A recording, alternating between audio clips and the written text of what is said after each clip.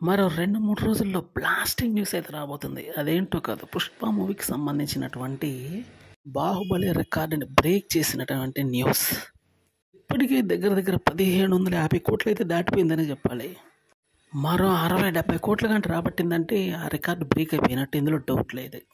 ఇది ఈరోజు, రేపు, ఎల్లుండిలో ఖచ్చితంగా బ్లాస్ట్ అయ్యే అవకాశం చాలా గట్టిగా ఉందనే చెప్పాలి. ఎందుకంటే జనవరి 1 ఎఫెక్ట్ కూడా ఈ మూవీ మీద భారీగా ఉండొచ్చు. Already Baby John fade out అయిపోయింది, వాష్ అవుట్ అయిపోయిందని చెప్పాల్సి ఉంటుంది. ఎందుకంటే 'పుష్ప' దెబ్బకి అది కనిపించట్లేదనే చెప్పాలి. పూర్తి స్థాయి మాస్ ఎంటర్టైనర్గా వచ్చినటువంటి 'పుష్ప 2' మాత్రం అరాచకం సృష్టిస్తుందని చెప్పడంలో డౌట్ లేదు. ఇటువంటి సెన్సేషనల్ యాక్షన్స్ 'పుష్ప 2'కి రావడం అనేది వండర్ఫుల్ న్యూస్ కన్నా చెప్పుకోవచ్చు. బాలీవుడ్ మూవీస్లో కూడా మాస్ యాక్షన్ బాగానే ఉన్నప్పటికీ ఎందుకో మరి అవి వెనకబడిపోతున్నాయి.